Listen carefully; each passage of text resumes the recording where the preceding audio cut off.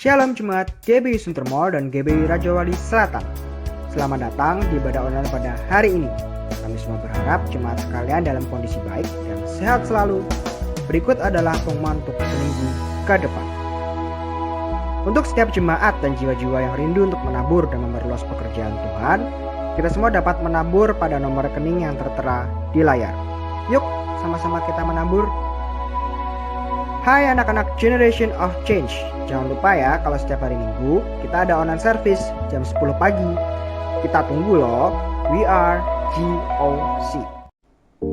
Bagi jemaat yang membutuhkan bantuan di dalam doa, jemaat dapat mengirimkan prayer request pada nomor yang tertera di layar dengan saudari Yunita dan saudara Anton. Kami senang dapat membantu para jemaat sekalian. Shalom Bapak Ibu Saudara yang dikasihi Tuhan. Mari kita akan bersama-sama membaca Mazmur 91 untuk membangkitkan iman percaya kita bahwa perlindungan hanya ada di dalam nama Tuhan Yesus Kristus.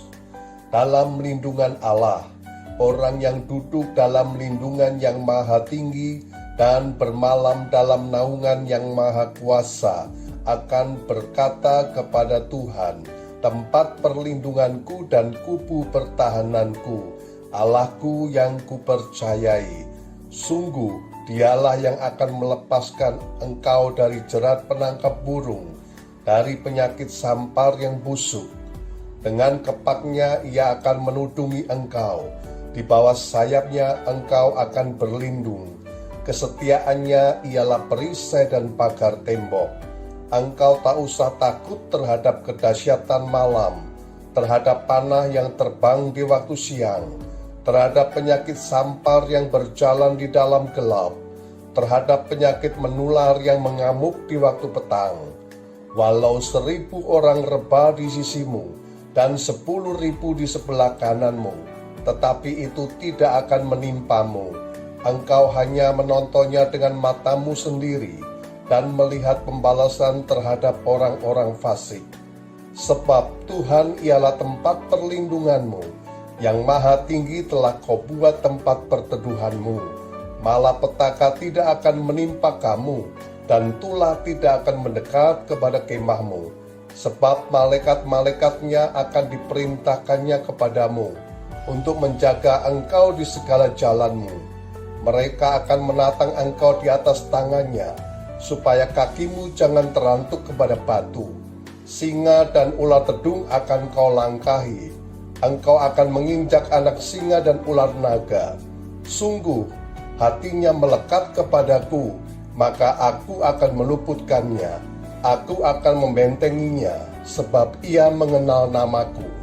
Bila ia berseru kepadaku, aku akan menjawab. Aku akan menyertai dia dalam kesesakan. Aku akan meluputkannya dan memuliakannya. Dengan panjang umur akan kukenyangkan dia, dan akan kuperlihatkan kepadanya keselamatan daripadaku. Amin. Shalom semua. Di tahun integritas ini, kita perlu belajar untuk memiliki kemurnian atau kesucian hati. Di dalam Mazmur 24 ayat 4, salah satu pengertian integritas adalah bersih tangan dan murni hati, yang artinya tidak adanya motivasi yang salah di dalam orang tersebut, alias bersih. Dan jika kita ingin belajar tentang kemurnian atau kesucian hati, kita harus belajar dari ahlinya, yaitu Tuhan Yesus, the man of integrity. Ada ungkapan yang mengatakan, jika kita ingin belajar, belajarlah dari ahlinya.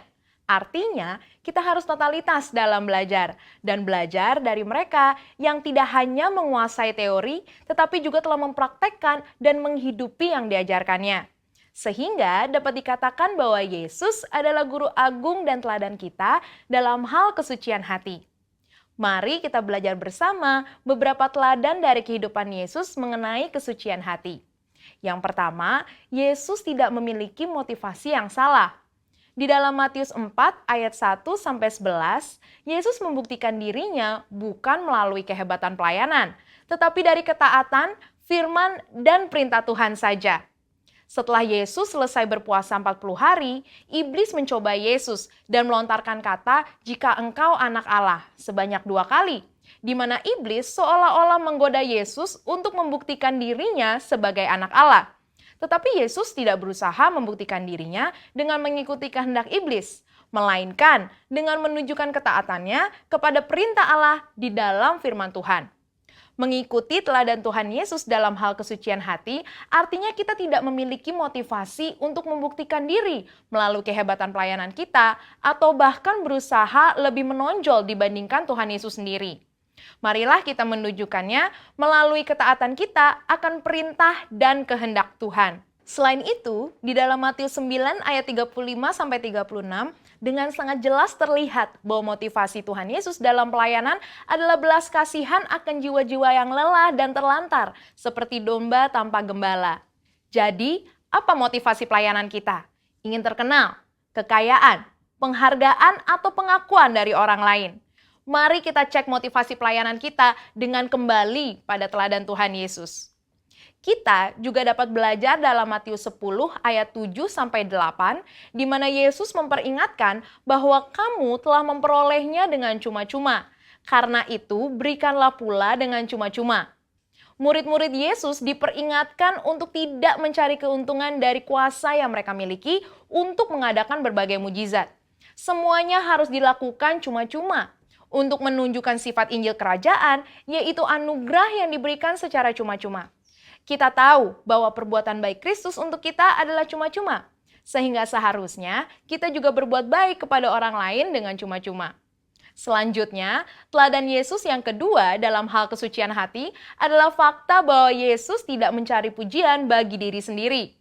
Salah satu bagian dari khotbah Tuhan Yesus di bukit dalam Matius 6 ayat 1-7, ia mengajarkan tentang hal memberi sedekah dan berdoa. Yesus mengingatkan supaya sedekah, doa, dan ibadah kita cukup Bapa kita di surga saja yang mengetahuinya. Ajaran Yesus ini sangat kontras dengan yang biasa dilakukan orang-orang munafik yang melakukan hal-hal tersebut supaya dilihat dan dipuji orang lain. Hal yang menarik juga dapat ditemukan dalam Matius 9 ayat 30-31. Saat Yesus berkata, "Jagalah supaya jangan seorang pun mengetahui hal ini." Di situ, Yesus berpesan dengan sangat jelas kepada mereka yang telah disembuhkan untuk tidak mempromosikan dirinya.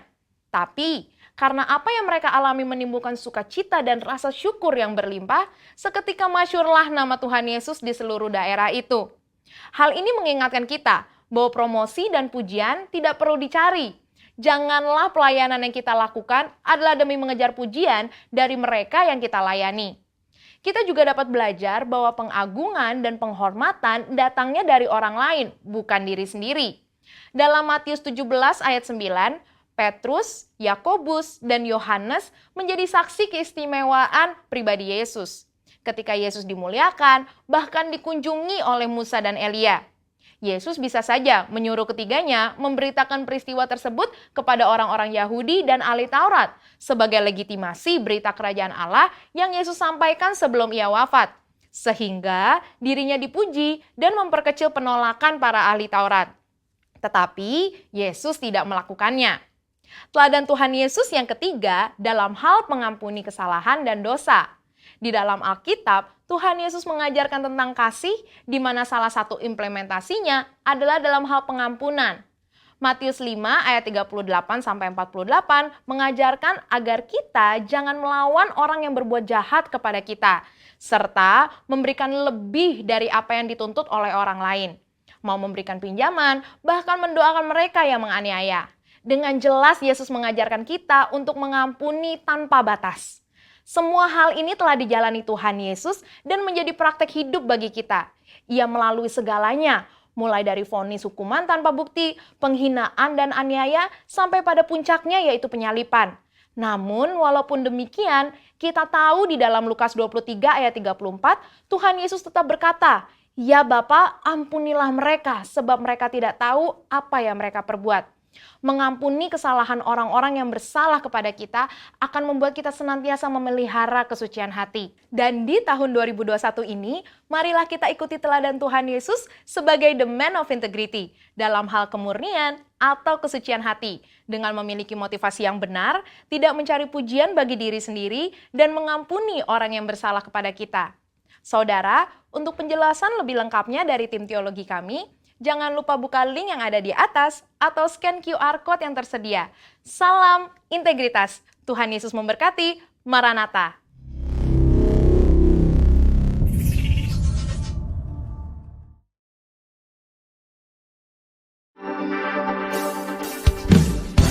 Haleluya. Puji nama Tuhan. Shalom Bapak Ibu Saudara. Kami mengucapkan selamat tahun baru bagi Bapak Ibu Saudara semua. Tuhan Yesus baik bagi kita. Amin. Mari tepuk tangan sama-sama yuk. Di tahun baru ini kita bersuka cita. Ingat kebaikan Tuhan, ingat kasih setia Tuhan Bapak Ibu Saudara. Mari sama-sama kita katakan, nyanyi puji Tuhan, bangun bait kudusnya.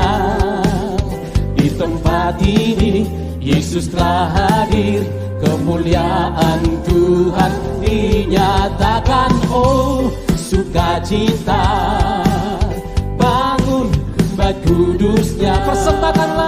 Persembahkanlah seluruh hidupmu bagi kemuliaannya. Kami bernyanyi bagimu ya Tuhan, nyanyi puji Tuhan, bangun bait kudusnya. Katakan di tempat ini Yesus telah hadir, kemuliaan Tuhan dinyatakan. Oh, sukacita, bangun bait kudusnya. Katakan persembahkanlah seluruh hidupmu bagi kemuliaannya. Mari bersama-sama katakan anugerahnya bagiku, anugerahnya bagiku, kasihnya dicurahkan. Sambutlah dia, juru selamat. Bersoraklah, nyanyi puji Tuhan, bangun bait kudus. Engkau hadir di rumah-rumah saat ini ya Tuhan. Amin. Kemuliaan Tuhan dinyatakan. Oh, sukacita, bangun bait kudusnya. Katakan persembahkanlah seluruh hidupmu bagi kemuliaannya. Mari tepuk tangan sama-sama saudara. Amin. Ucapan syukur kami berikan kepadamu ya Tuhan. Pujian kami persembahkan bagimu, anugerahmu berlimpah bagi kami. Haleluya.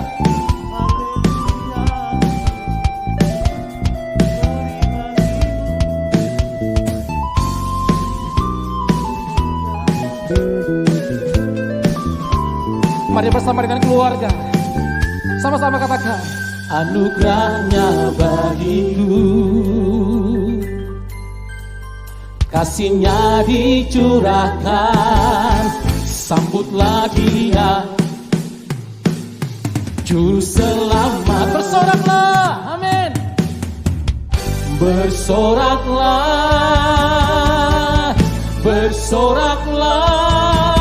nyanyi puji Tuhan, bangun bait kudusnya.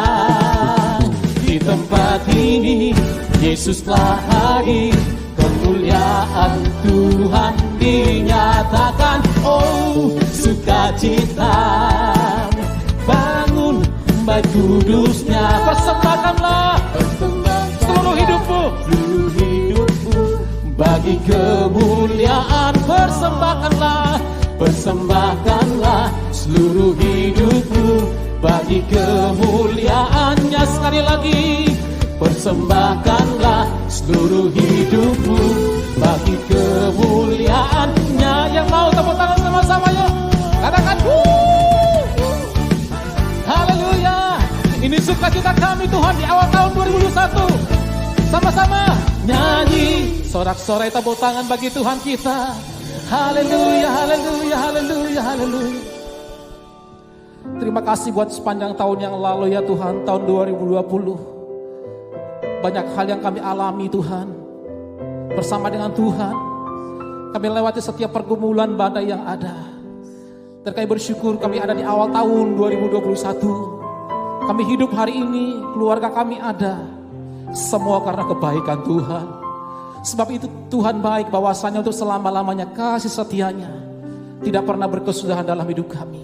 Rahmat-Mu selalu baru setiap hari dalam hidup kami ya Tuhan. Terima kasih buat kasih-Mu. Terima kasih buat pengorbanan-Mu dalam hidup kami. Haleluya. Kasih Allahku sungguh telah terbukti ketika Dia serahkan anaknya. Kasih Allah mau berkorban bagi kau dan aku. Tak ada kasih seperti kasih-Mu. Kasih Allahku sungguh telah terbukti ketika Dia serahkan anaknya. Kasih Allah mau berkorban bagi kau dan aku. Tak ada kasih seperti kasih-Mu. Mari sama-sama kita angkat tangan kita, katakan bersyukur, bersyukur, bersyukurlah, bersyukur karena kasih setiamu. Ku sembah, ku sembah, ku sembah dan ku sembah. Selama hidupku ku sembah Kau Tuhan. Kasih-Mu besar bagi kami ya Tuhan. Kasih Allahku sungguh telah terbukti ketika Dia serahkan anaknya. Kasih Allah mau berkorban bagi kau dan aku.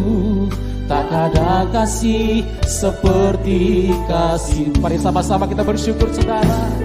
Bersyukur, bersyukur, bersyukurlah, bersyukur karena kasih setiamu. Ku sembah, ku sembah, ku sembah dan ku sembah selama hidupku. Mari biar musik saja menaikkan pujian ini.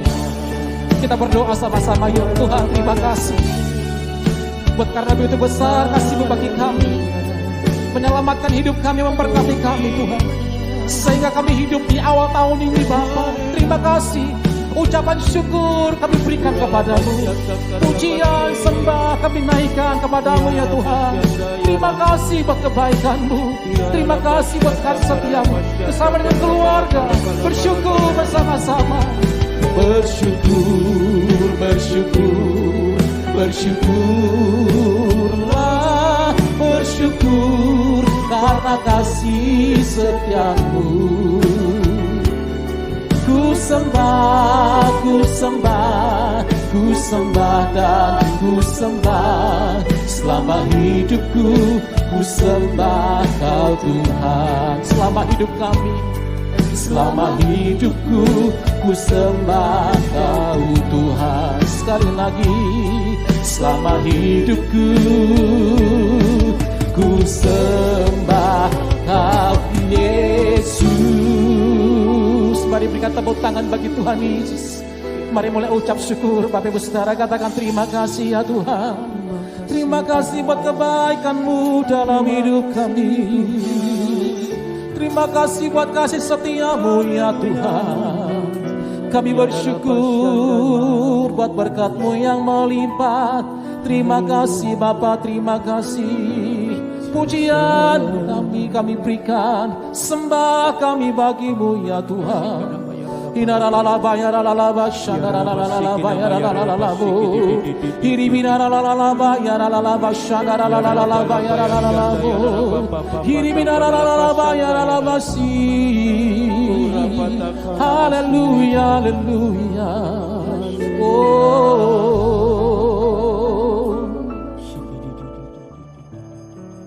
Kami rasakan hadirat-Mu saat kami menyembah-Mu.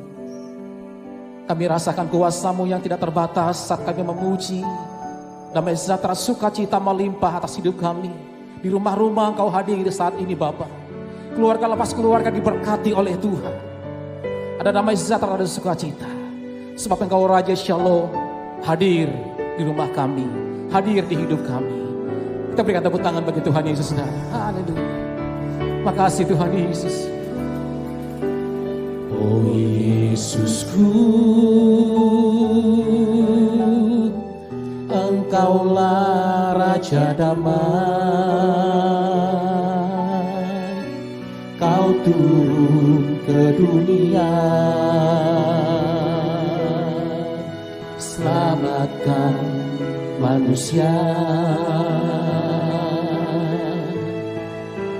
Oh Yesusku,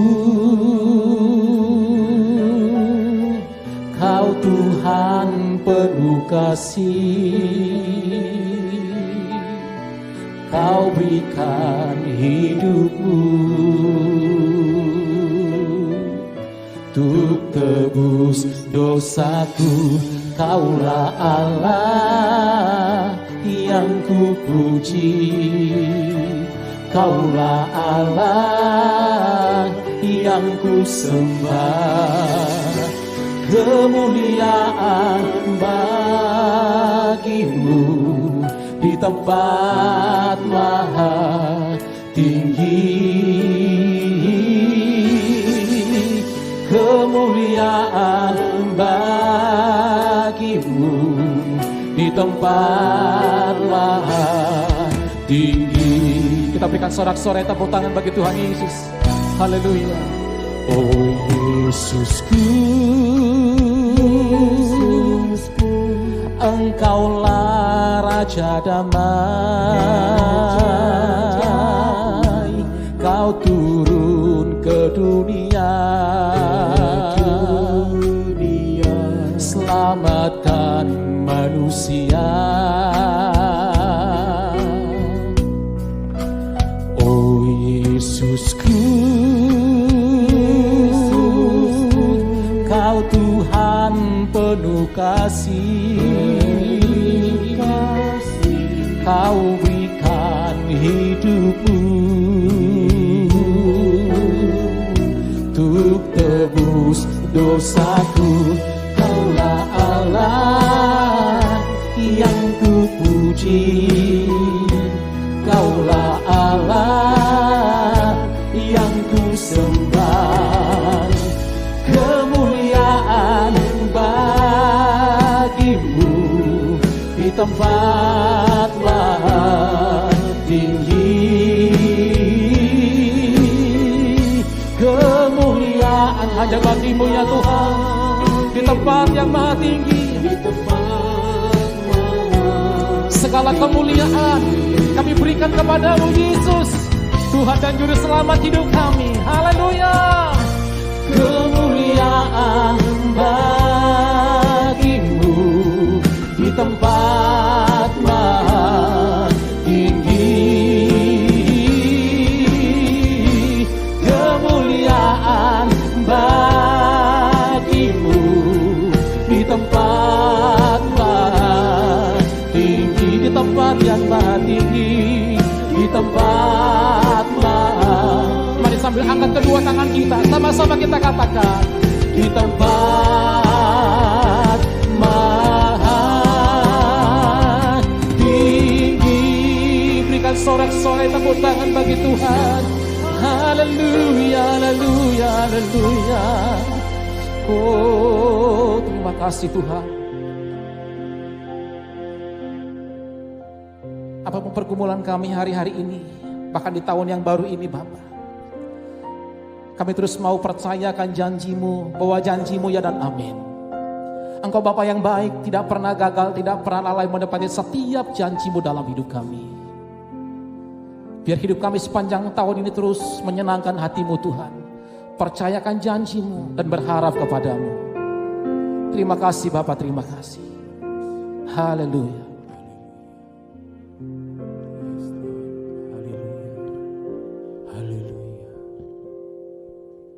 Ku berharap kepadamu, Kau perlindungan dan kekuatanku.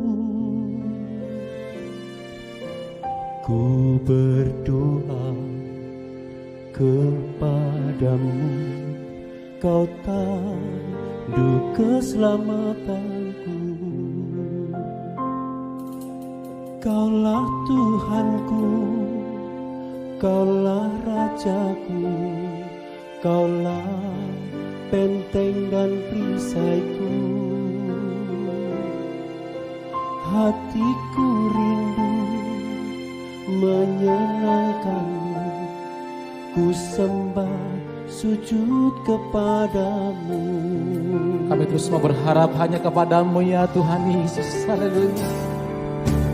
Ku berharap kepadamu, Kau perlindungan dan kekuatanku. Ku berdoa kepadamu, Kau tandu keselamatanku.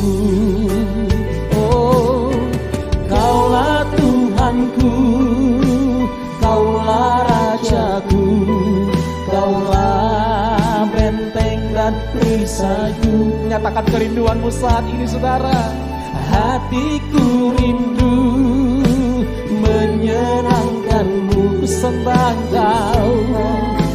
Oh, Kaulah Tuhan kami, Kaulah Tuhanku, Kaulah Rajaku, Kaulah benteng dan perisaiku. Hatiku rindu menyenangkanmu, ku sembah sujud kepadamu. Kami sembah sujud, ku sembah sujud kepadamu. Mari sambil angkat tangan sama-sama katakan, ku sembah sujud kepadamu. kita berikan tepuk tangan bagi Tuhan Yesus yang ajaib, yang luar biasa. Haleluya, haleluya.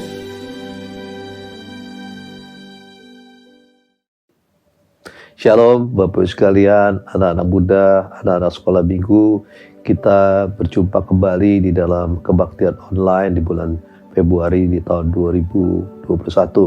Saya berdoa berharap semuanya di dalam kondisi yang baik, sehat, berbahagia, bersemangat terus di dalam Yesus Kristus Tuhan.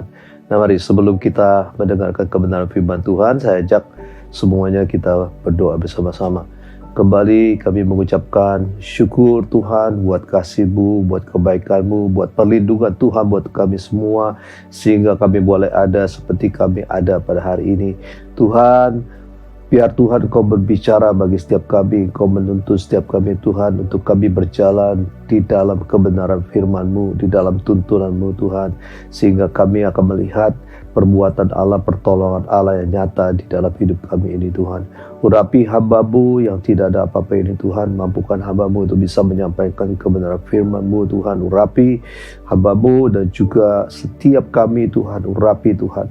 Dan saat ini dengan otoritas daripada Tuhan Yesus Kristus, saat ini kami patahkan setiap siasat manusia dalam nama Yesus, dan kami merubuhkan setiap kubu-kubu yang didirikan oleh keangkuhan, kesombongan manusia untuk menghalangi pengenalan akan Allah. Saat ini kami rumpuhkan di dalam nama Yesus, dan kami mau tawan segala pikiran, dan kami mau taklukkan di bawah kaki-Mu Tuhan. Biar Roh Kudus yang berkuasa berdaulat sepenuhnya atas pikiran hati kami.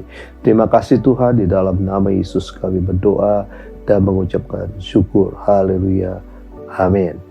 Nah, Bapak sekalian, kita bersyukur kita dituntun oleh Tuhan memasuki tahun 2021 ini bicara tentang tahun integritas, tahun integriti. Ini sesuatu yang sangat penting untuk semua kita mengetahui betapa pentingnya untuk kita ini memiliki integritas di dalam hidup kita ini, supaya hidup kita menjadi terang dan garam, bisa menjadi berkat bagi banyak orang. Nah, pada bulan Februari ini, mari setiap kita ini mau belajar tentang salah satu bentuk integritas, bicara tentang ketaatan atau obedience. Ya, ketaatan ini sangat penting. Ini merupakan salah satu karakternya Tuhan Yesus. Nah, kenapa sangat penting saya katakan? Pertama sebagai karakter Tuhan Yesus, tapi kita juga harus tahu bagaimana bahwa manusia pertama jatuh di dalam dosa karena ketidaktaatan. Nah, Bapak sekali, kalau kita lihat di dalam kitab Kejadian pasal kedua ayat yang ke-16, itu dikatakan, lalu Tuhan Allah memberi perintah ini kepada manusia, semua pohon dalam taman ini boleh kau makan buahnya dengan bebas, tetapi pohon pengetahuan tentang yang baik dan yang jahat itu janganlah kau makan buahnya, sebab pada hari kau memakannya, pastilah kau mati, dikatakan. Jadi ada perintah Tuhan yang mengatakan melarang untuk Adam dan Hawa ini yang waktu itu hidup di dalam hal yang baik, ya, di Taman Eden, untuk tidak memakan buah pohon pengetahuan tentang yang baik dan yang jahat. Nah, kita tahu, Bapak sekalian, bahwa karena tipu daya iblis yang waktu itu berupa ular, maka Hawa dan Adam melanggar, artinya perintah Tuhan ini. Mereka tidak taat untuk melakukan apa yang diperintahkan oleh Tuhan. Nah, jadi kita melihat dosa pertama yang dilakukan manusia itu ketidaktaatan ini.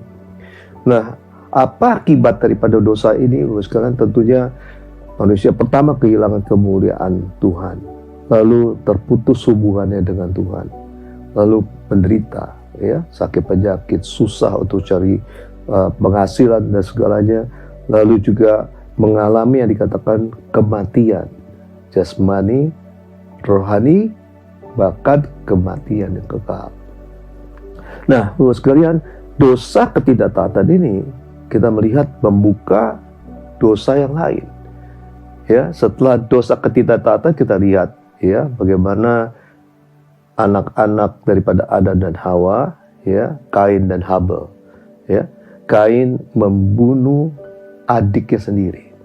Jadi ada dosa pembunuhan. Dan kita melihat terus dosa berkembang, ya. Dosa yang dikatakan dosa penyembahan berhala, kesombongan, lalu membenci, dan segala macam itu masuk di dalam kehidupan manusia. Nah, saudara lihat dikatakan di dalam Roma pasal ke-5 ayat 19. Saudara lihat akibat dosa ketidaktaatan daripada Adam dan Hawa ini membawa dampak bagi semua umat manusia yang ada di muka bumi ini.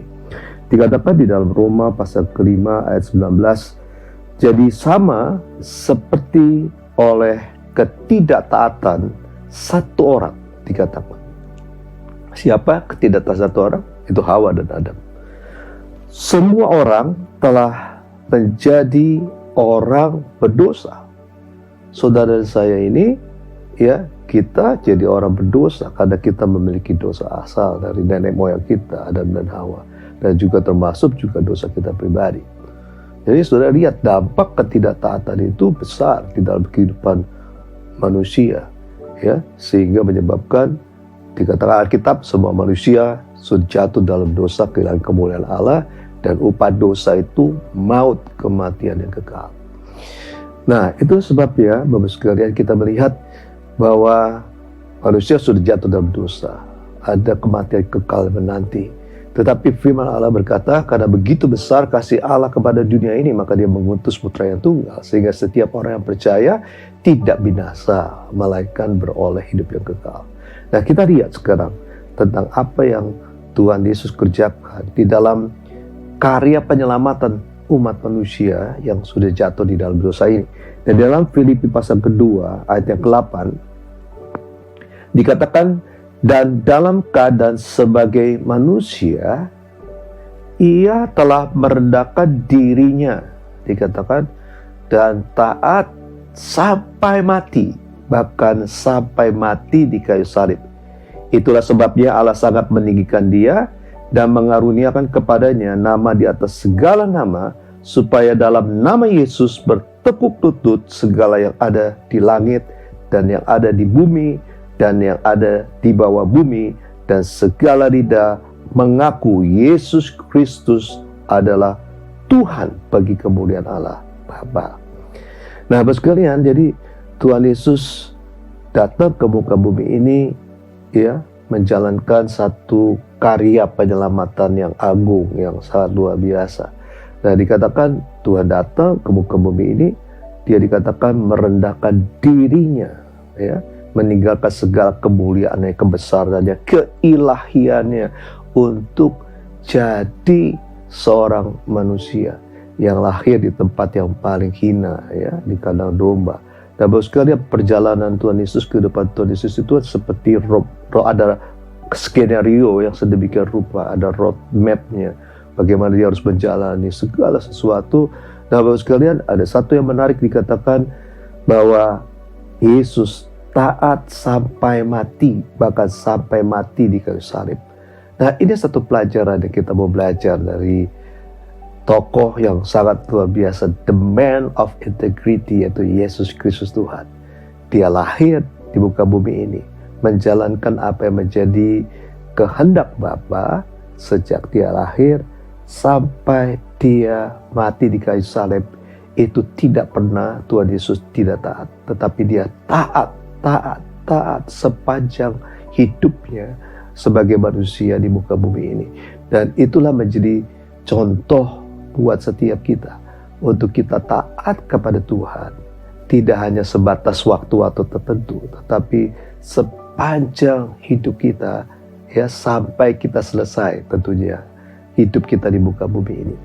Nah, di dalam Roma pasal kelima ayat 18, Rasul Paulus juga menekankan ini, ya, bicara tentang ketaatan. Sebab aku tidak akan berani berkata-kata tentang sesuatu yang lain, kecuali tentang apa yang telah dikerjakan Kristus olehku, yaitu untuk memimpin bangsa-bangsa lain kepada ketaatan oleh perkataan dan perbuatannya. Saudara lihat bahwa Rasul Paulus mendapat tugas dari Tuhan untuk membawa bangsa-bangsa lain untuk bertobat, menerima Yesus menjadi Tuhan dan Juru Selamat. Tetapi tentunya itu untuk menjadi bangsa yang hidup dengan taat, ya, baik dengan perkataan dan perbuatan. Nah, waktu itu saya cari tahu tentang apa sih arti taat ini, ya, ketaatan. Nah, di dalam bahasa Indonesianya, taat itu, kamus bahasa Indonesia dikatakan senantiasa tunduk.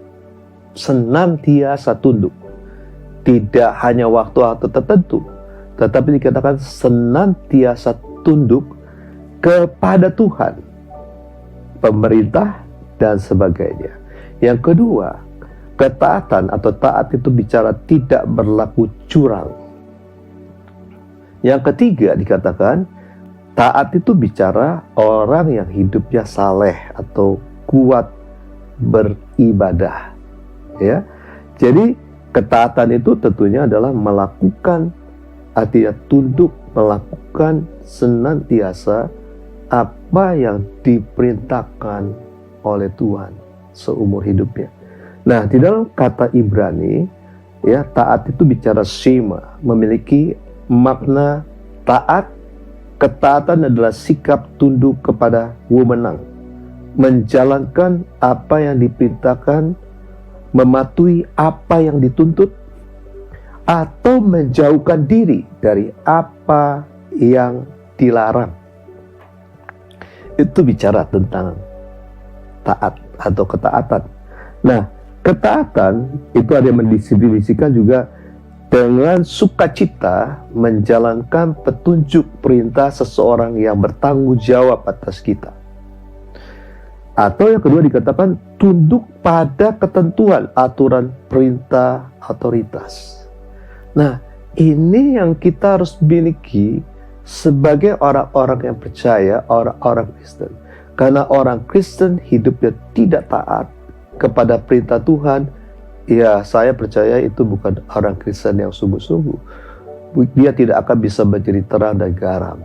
Dia tidak akan menjadi role model, menjadi contoh bagi orang lain. Tetapi setiap daripada kita ini ya harus betul-betul menjadi orang-orang yang taat senantiasa. Nah, sampai Tuhan Yesus berkata begini. Di dalam Yohanes pasal ke-14-15, saudara perhatikan Bapak sekalian. Ya, bagaimana ketaatan ini penting karena Tuhan Yesus berkata begini. Jikalau kamu mengasihi aku, jikalau kamu mengasihi aku, kata Tuhan, kamu akan menuruti segala perintahku. Jadi artinya seseorang yang dikatakan mengasihi Tuhan bukan hanya dia bisa doa, bisa muji jemaat Tuhan, bisa punya waktu yang banyak, tetapi bagaimana kehidupannya. Apakah dia menjadi pelaku firman? Ya, apakah dia menghidupi firman itu senantiasa atau tidak? Dan sebab itu Tuhan Yesus katakan, jikalau kamu mengasihi aku, kamu akan menuruti segala perintahku. Ini garis bawahi Bapak sekalian untuk kita renungkan bersama-sama. Memang bukan sesuatu yang mudah, ya. Mudah untuk dikatakan, memang susah di dalam praktek, tetapi bukan sesuatu yang juga tidak mungkin untuk kita lakukan. Karena kalau Tuhan memerintahkan, saya percaya kita ini pasti sanggup, tentunya dengan pertolongan Roh Kudus. Ya, nah ketaatan ini penting karena apa? Ketaatan ini Bapak sekalian, ini membawa kita kepada sesuatu yang luar biasa tentunya. Kita lihat waktu manusia di Taman Eden, sebetulnya hidup mereka dipenuhi, apa yang mereka perlukan semuanya tersedia. Tetapi waktu ketidaktaatan itu terjadi, maka mereka hidupnya susah, ya, hidupnya merana, hidupnya menderita.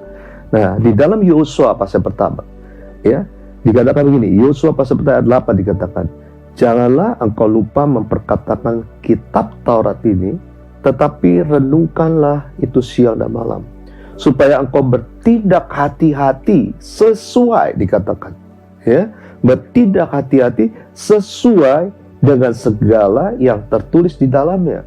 Sebab dengan demikian perjalananmu akan berhasil dan engkau akan beruntung.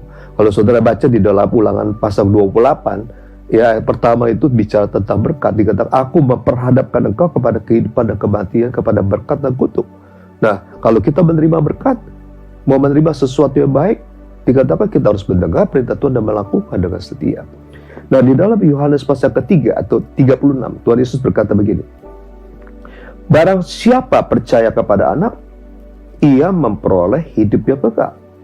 Tetapi barang siapa dikatakan tidak taat kepada Allah, ia tidak akan melihat hidup, melainkan murka Allah tetap ada di atasnya.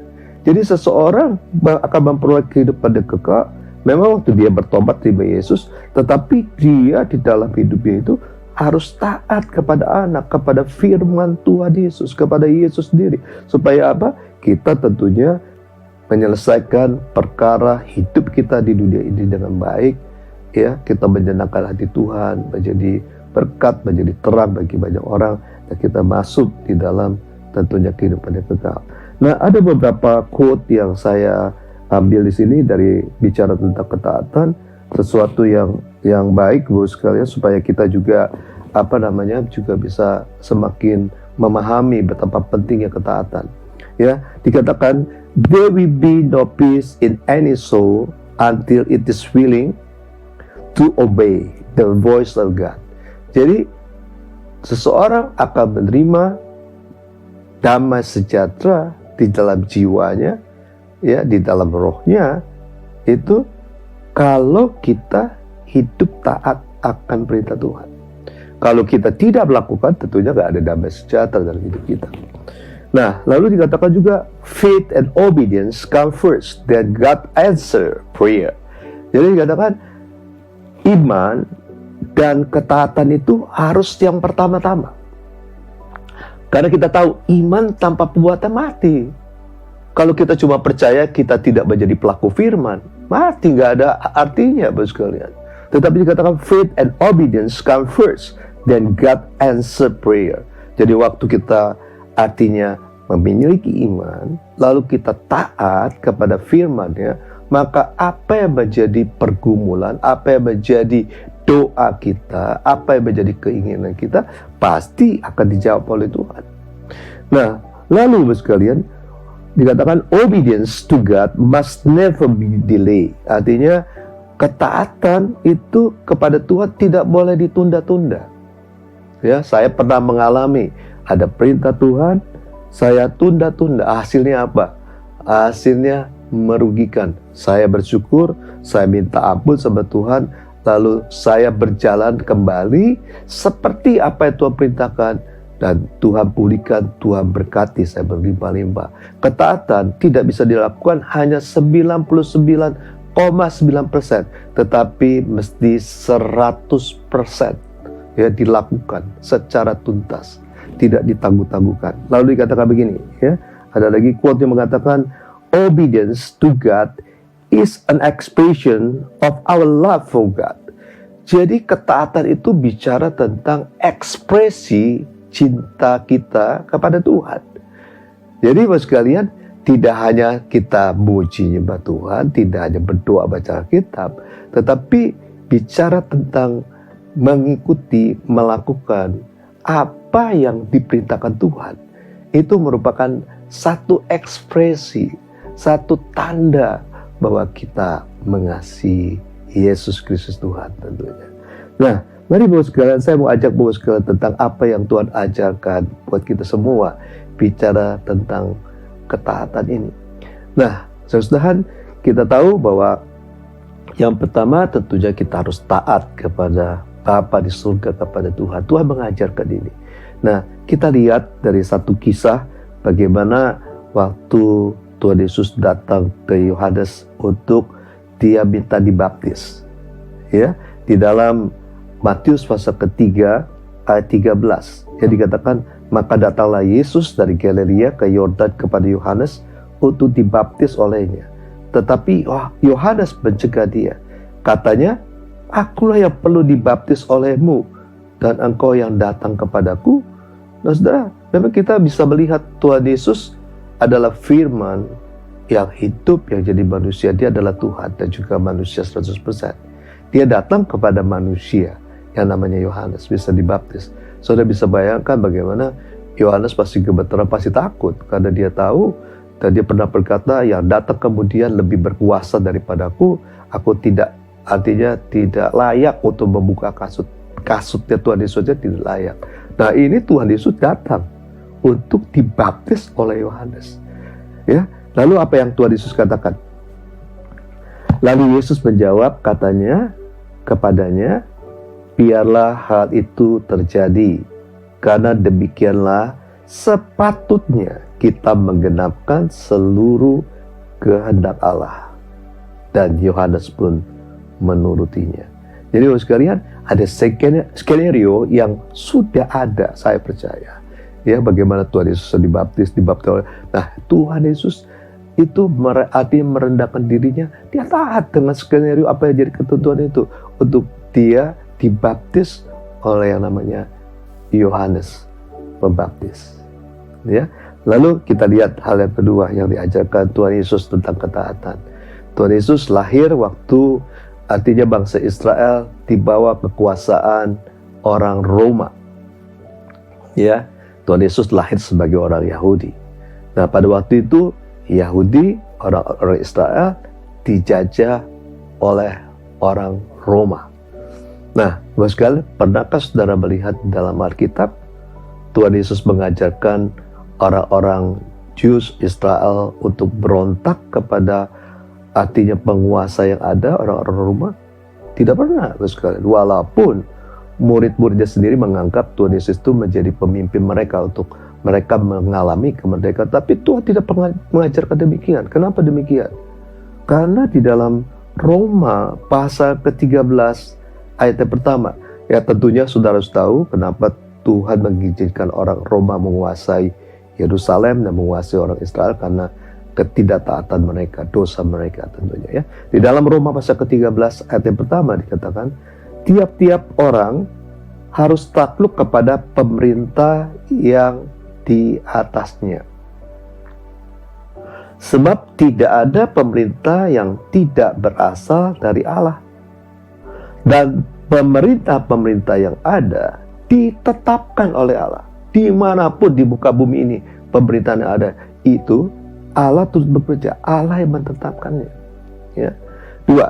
Sebab di ayat yang kedua dikatakan, sebab itu barang siapa melawan pemerintah, ia melawan ketetapan Allah, dan siapa yang melakukannya akan mendatangkan hukuman atas dirinya. Sebab jika seorang berbuat baik, ia tidak usah takut kepada pemerintah. Hanya jika ia berbuat jahat, hanya jika ia berbuat jahat.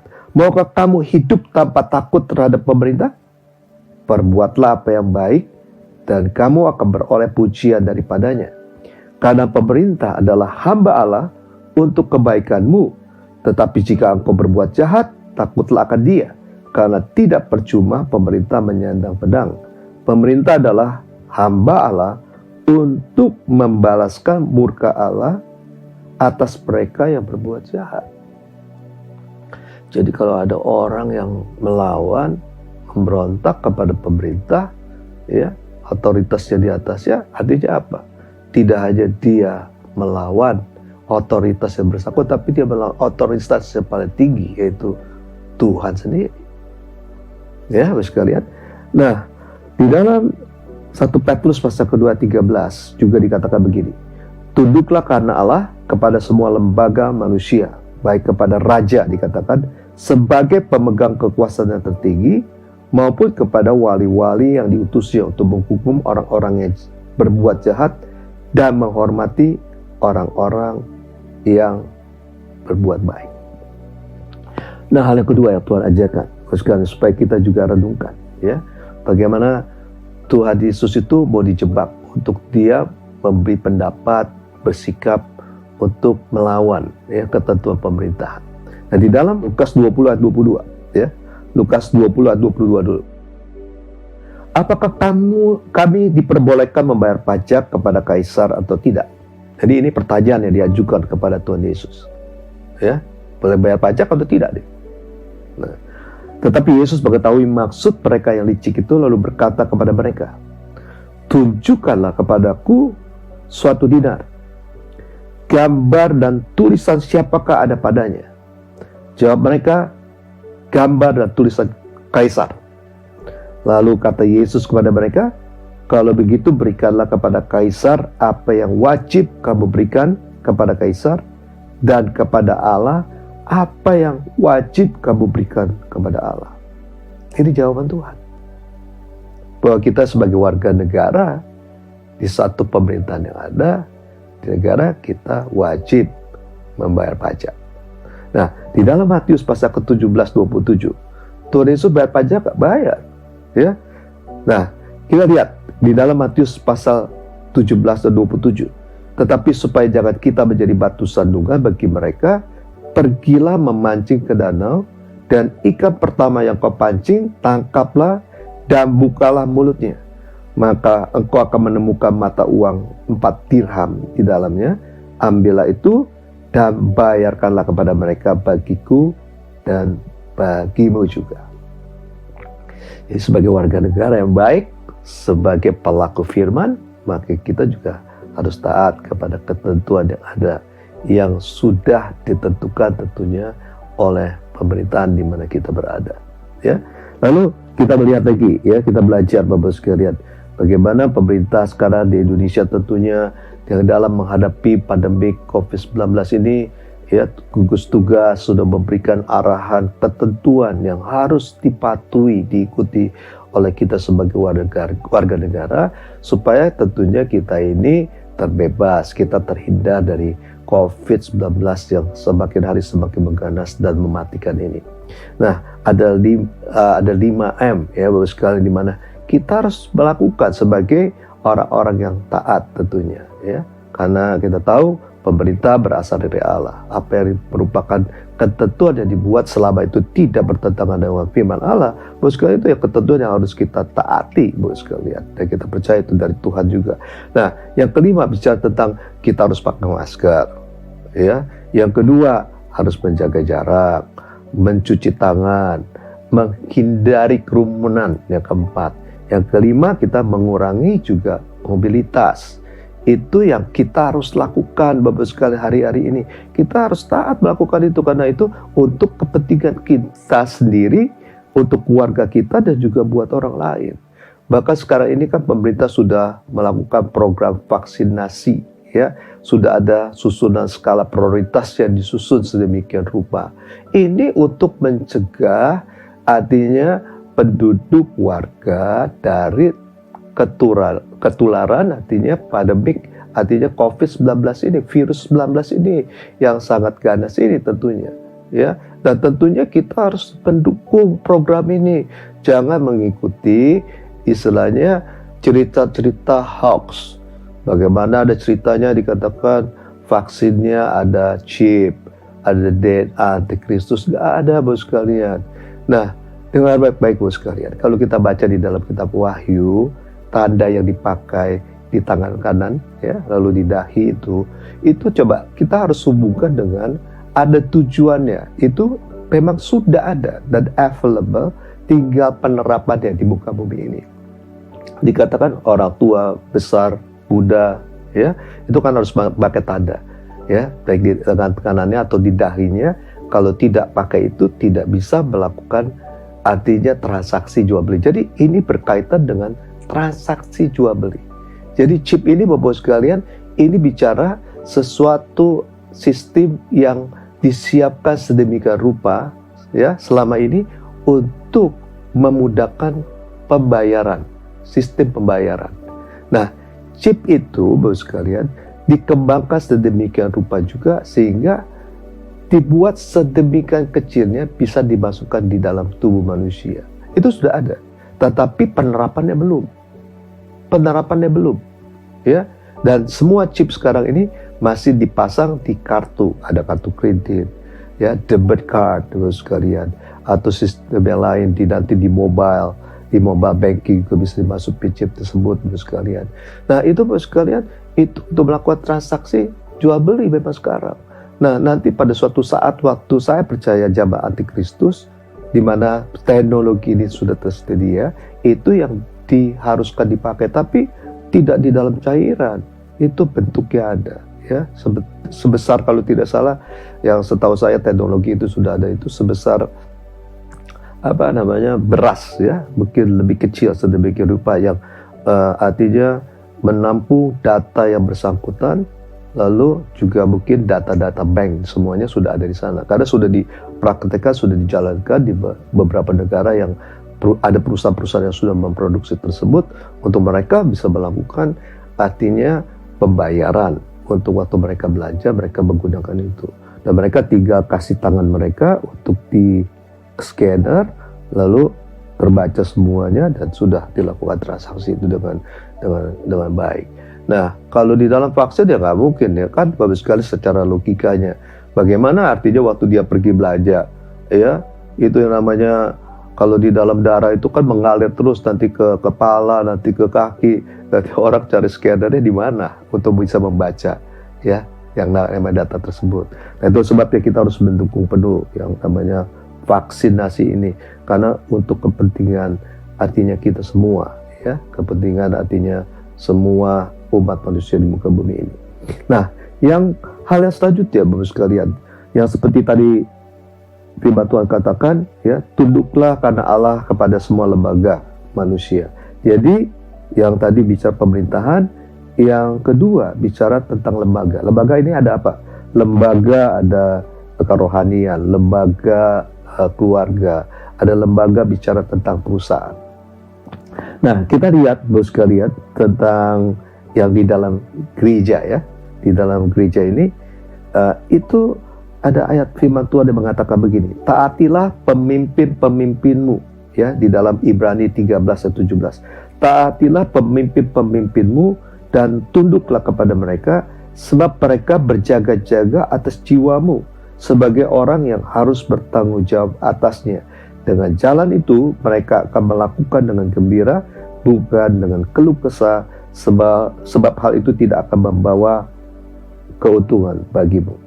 Berdoalah terus untuk kami, kata Rasul Paulus, sebab kami yakin bahwa hati nurani kami adalah baik, karena di dalam segala hal kami menginginkan sesuatu hidup yang baik. Jadi Bapak sekalian, firman Tuhan Yesus mengajarkan untuk kita mentaati pemimpin-pemimpin yang ada di gereja, yang bertanggung jawab, yang berjaga-jaga untuk jiwa kita. Ya, kita lihat di dalam Matius pasal 23 ayat yang kedua, bagaimana Tuhan Yesus mengajarkan begini kepada orang banyak. Dikatakan begini, ahli-ahli Taurat dan orang-orang Farisi telah menduduki kursi Musa. Sebab itu turutilah dan lakukan segala sesuatu yang mereka ajarkan kepadamu. Ya, kita tahu ahli-ahli Taurat ini menguasai, ya artinya tahu tentang firman Tuhan. Dia mengajarkan, itu firman Tuhan yang diajarkan.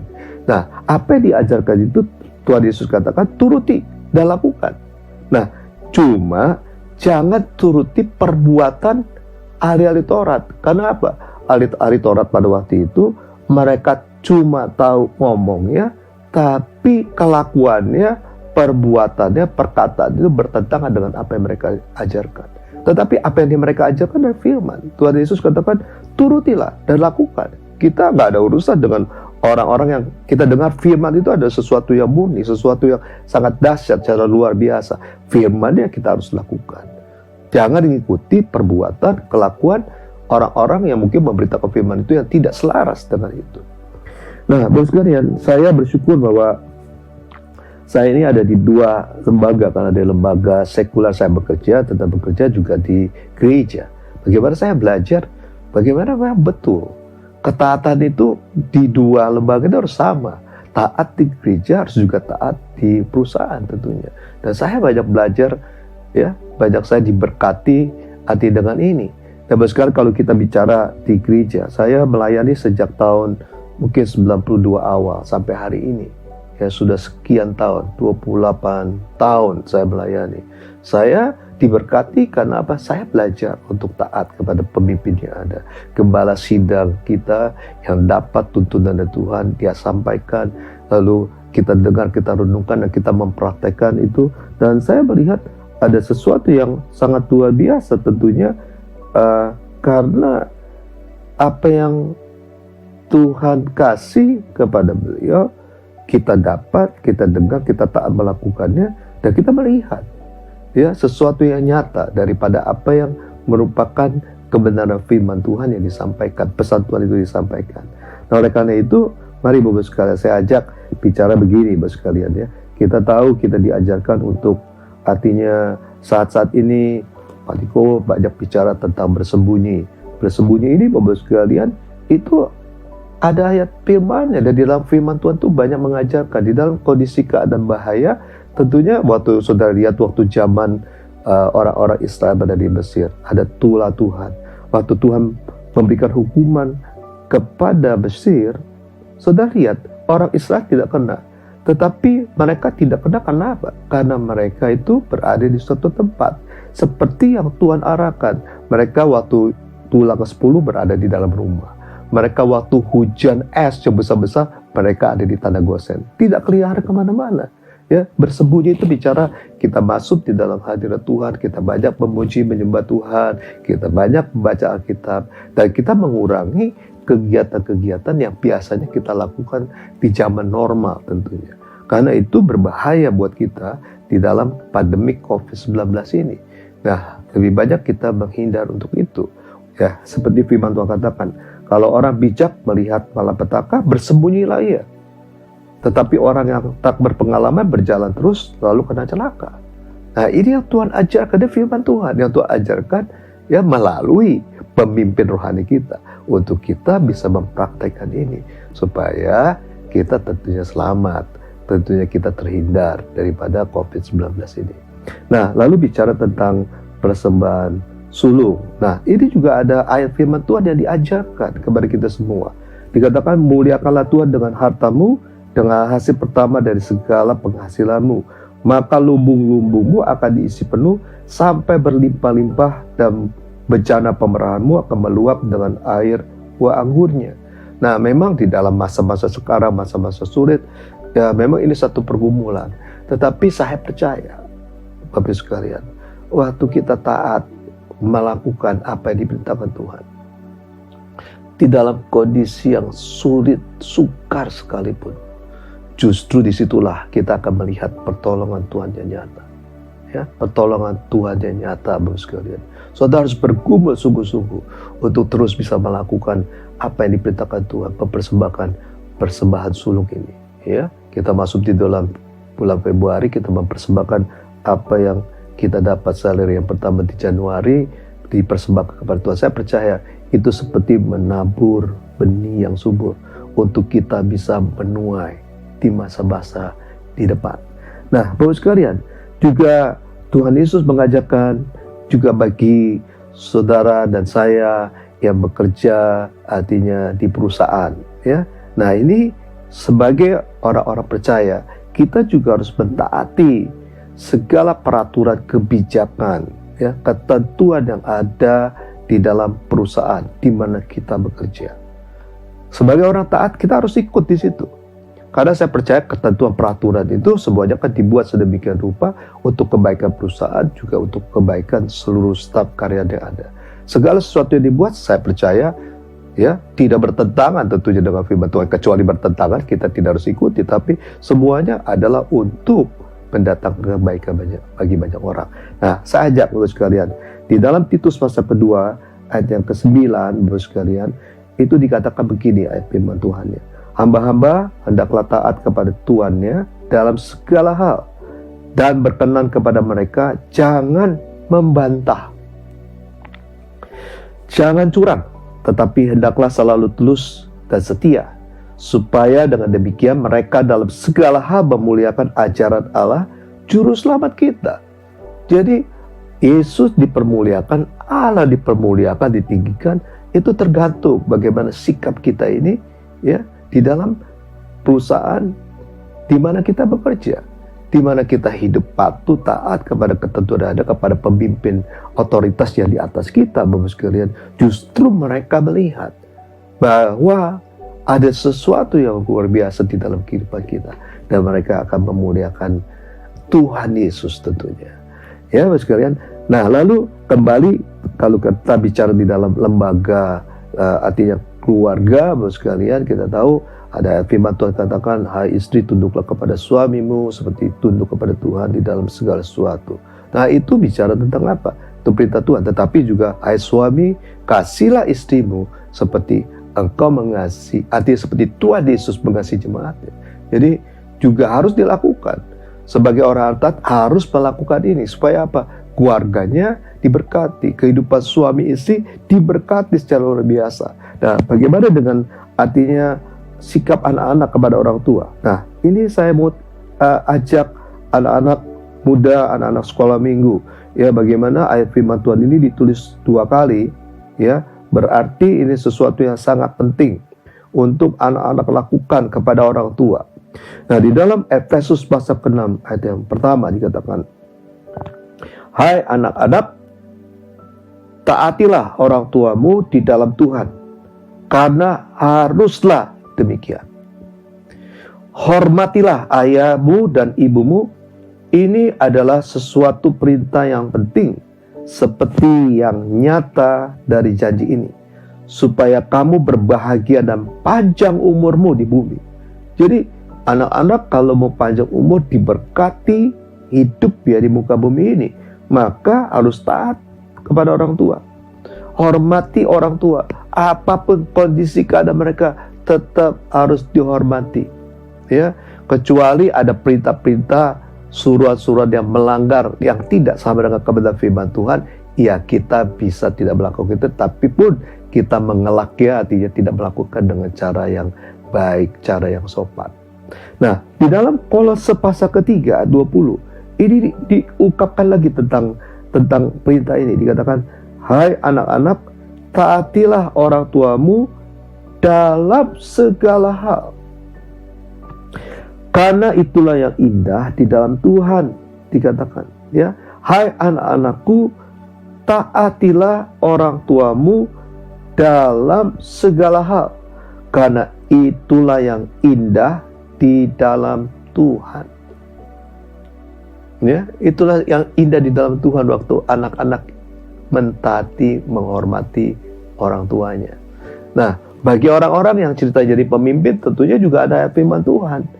Bagaimana juga harus menjaga, memperhatikan orang-orang yang berada di bawahannya. Itu perintah Tuhan. Dikatakan begini, ya. Itu di ayat firman Tuhan banyak diajarkan untuk kita ini untuk memperhatikan. Artinya, karena apa? Karena hamba-hamba ini, orang di bawah kita ini juga punya Tuhan yang sama seperti apa yang kita percayai. Tuhannya kan sama. Itu sebabnya harus diperlakukan dengan adil, diperlakukan dengan baik, dikasihi, diperhatikan, supaya mereka pun artinya memberkati, artinya juga melakukan hal yang baik juga buat artinya para pemimpin juga. Nah, mari Bapak sekalian, untuk bisa hidup taat, ya, untuk bisa hidup taat, Bapak sekalian, memang harus memiliki kerendahan hati. Orang yang rendah hati pasti percaya, dia menyadari bahwa kita ini manusia yang tidak luput dari kesalahan. Gak ada manusia yang sempurna. Kekuatan kita terbatas, kemampuan kita terbatas. Banyak kekurangan yang masih kita lakukan. Nah, itu sebabnya kalau orang rendah hati, dia akan terbuka untuk teguran, untuk nasihat dari firman Tuhan. Nah, itu penting, karena kalau orang nggak memiliki rendah hati, nggak mungkin bisa. Nah, sudah lihat di dalam tadi ayat yang kita baca, Tuhan itu merendahkan dirinya sedemikian rupa. Nah, kita harus memiliki hal yang sama, memiliki rendah hati. Yang kedua adalah hati yang bersih dan tulus. Karena kembali hati ini yang menentukan sikap perilaku kita, ya, baik perkataan, pikiran, dan juga sikap, artinya tindakan kita yang kita akan lakukan. Dan di dalam Yeskiel pasal ke-36, Bapak sekalian, ayat yang terakhir saya bacakan buat saudara, ayat 27 dikatakan, Rohku akan kuberikan diam di dalam batinmu, dan aku akan membuat kamu hidup menurut segala ketetapanku, dan tetap berpegang pada peraturan-peraturanku dan melakukannya. Dan kamu akan diam di dalam negeri yang telah kuberikan kepada nenek moyangmu, dan kamu akan menjadi umatku, dan aku akan menjadi Allahmu.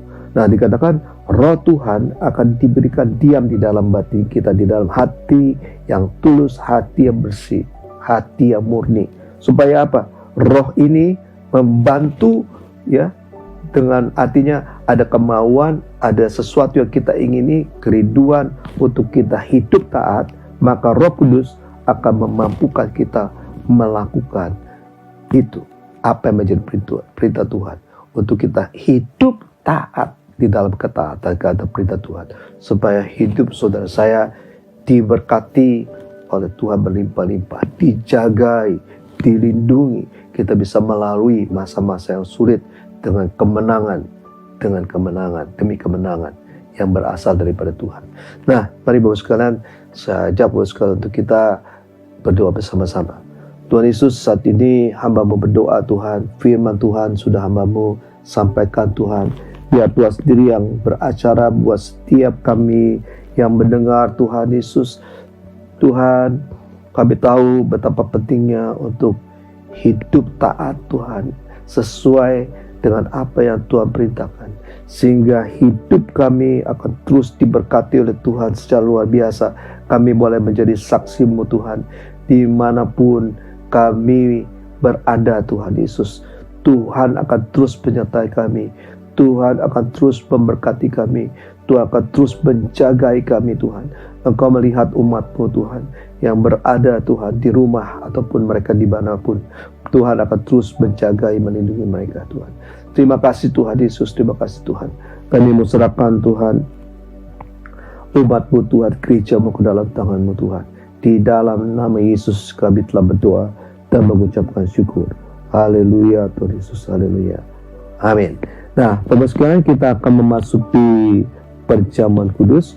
Mari saudara sekalian mempersiapkan segala sesuatunya. Saudara bisa mempersiapkan anggur dan roti yang kita akan makan, roti sebagai tubuh Kristus dan anggur yang merupakan darah Yesus. Mari Bapak sekalian, kita mempersiapkan itu sampai kita juga berdoa bersama-sama. Kita berdoa bersama-sama. Tuhan Yesus, kami akan masuk di dalam perjamuan kudus ini Tuhan. Biar Tuhan Engkau sendiri melihat keberadaan kami Tuhan.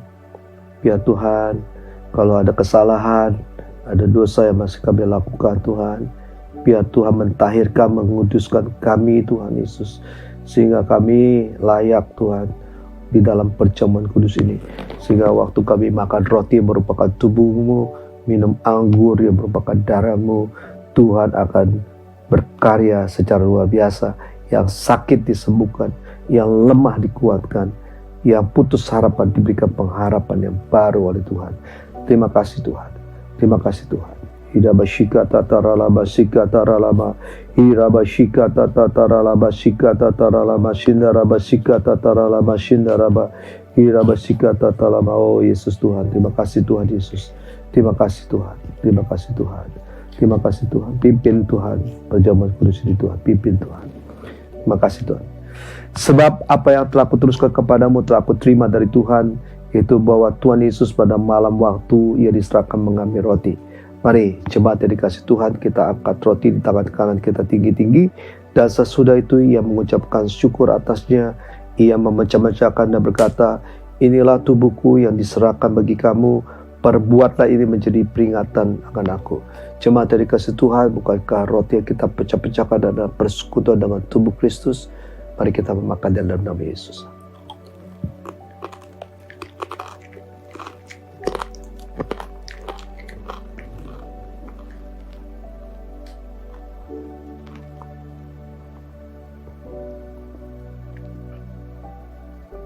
Dan mari kita angkat cawan anggur kita tinggi-tinggi. Demikian juga yang mengambil cawan sesudah makan lalu berkata, cawan ini adalah perjanjian baru yang dimeteraikan oleh darahku. Perbuatlah ini setiap kali kamu meminumnya menjadi peringatan akan aku. Jemaat yang dikasih Tuhan, bukankah cawan anggur yang di atas yang kita coba syukur adalah persekutuan dengan darah Yesus. Mari kita meminumnya dalam nama Yesus. Oh Yesus, terima kasih Tuhan. Terima kasih Tuhan Yesus. Mari kita nyanyikan, kita mengucapkan syukur. Terima kasih kepada Tuhan. Oh Jesus. Jesus, Jesus. Jesus. Oh Jesus.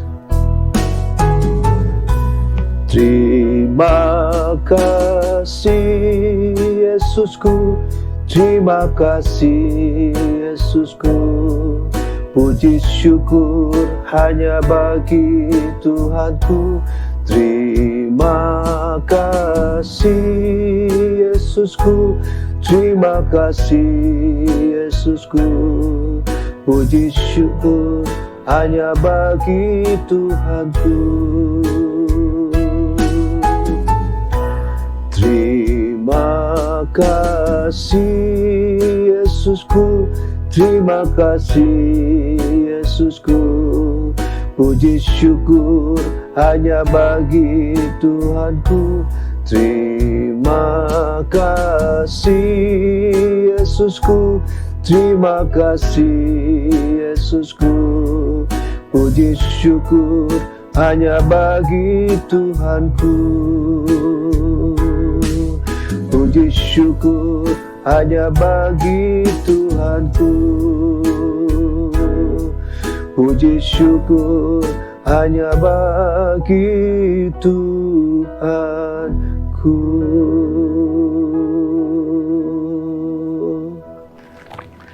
Mari setiap kita yang berada di rumah, kita angkat tangan di hadapan Tuhan. Saya akan berdoa buat saudara. Kau melihat Tuhan, kami yang ada dimanapun Tuhan, yang ada di rumah, dimanapun kami berada Tuhan. Tuhan, kami percaya Tuhan sudah memberikan menuntun kami Tuhan, untuk kami memiliki integritas dalam hidup kami Tuhan, sehingga kami akan menjadi alat-Mu Tuhan di akhir zaman ini, di era Pentakosta yang ketiga ini Tuhan, menjadi alat-Mu Tuhan di dalam penuaian yang terbesar dan terakhir Tuhan. Kami bisa menjadi terang dan garam Tuhan, waktu kami memiliki integritas dalam hidup kami, terutama ketaatan Tuhan. Ajar kami lebih lagi Tuhan, untuk kami boleh hidup taat sungguh-sungguh dengan Engkau Tuhan, seperti apa yang Tuhan perintahkan. Biar setiap kami Tuhan, pelan-pelan Tuhan, jemaat Tuhan, menjadi pelaku-pelaku firman Tuhan. Terima kasih Tuhan Yesus, biar Roh Kudus terus memenuhi setiap kami Tuhan, memampukan kami untuk melakukan Tuhan apa yang Tuhan perintahkan, sehingga kami sungguh-sungguh mengasihi-Mu Tuhan Yesus. Terima kasih Tuhan, terima kasih Tuhan. Terima kasih Tuhan, biar Tuhan berkati jemaat-Mu yang bekerja, yang berusaha Tuhan Yesus. Berkati berlimpah-limpah anak-anak yang sekolah, yang kuliah, diberkati Tuhan. Bahkan yang saat ini yang sedang sakit, disembuhkan oleh Tuhan Yesus Kristus, karena janji firman-Mu mengatakan, oleh pilur-pilur Tuhan Yesus di kayu salib, semua sakit penyakit sudah disembuhkan dalam nama Yesus. Yang lemah dikuatkan, yang susah dihiburkan, bahkan yang putus pengharapan diberikan pengharapan yang baru oleh Tuhan. Dalam nama Yesus kami berdoa, haleluya, amin. Nah, Bapak sekalian, sebelum kita menerima doa berkat, mari kita sama-sama mendeklarasikan tentang arti Pentakosta yang ketiga. Pentakosta ketiga, yang pertama adalah pencurahan Roh Kudus yang dahsyat di zaman Nuh, melebihi yang terjadi di Azusa Street. Yang kedua, Pentakosta ketiga akan mengakibatkan penuaian jiwa yang terbesar dan terakhir sebelum Yesus Kristus datang kembali. Yang ketiga, Pentakosta ketiga akan membangkitkan generasi Yeremia, yaitu anak-anak muda yang dipenuhi Roh Kudus, cinta mati-matian kepada Tuhan Yesus, tidak kompromi terhadap dosa, dan akan bergerak untuk memenangkan jiwa. Keempat, Pentakosta ketiga lahir di Indonesia dan bergerak ke bangsa-bangsa. Gerakan ini dari timur ke barat dan akan kembali ke Yerusalem. 5. Pentakosta ketiga akan memberi kuasa untuk menyelesaikan amanat agung, dan setelah itu Tuhan Yesus datang kembali. Amin. Nah, mari Bapak sekalian, kita angkat tangan di hadapan Tuhan Yesus Kristus saat ini. Kekasih Tuhan Yesus Kristus saat ini, terimalah damai sejahtera, sukacita, kebahagiaan, kesembuhan, pemulihan, bahkan berkat yang berlimpah-limpah daripada Bapa di surga melalui Putra yang tunggal, Yesus Kristus Tuhan, dan melalui persekutuan manis dengan Roh Kudus menyertai saudara sekalian, mulai hari ini sampai Tuhan Yesus Kristus datang untuk kedua kalinya, bahkan sampai selama-lamanya. Yang percaya dan diberkati, mari kita katakan sama-sama, amin. Shalom, Tuhan Yesus memberkati saudara berlimpah-limpah.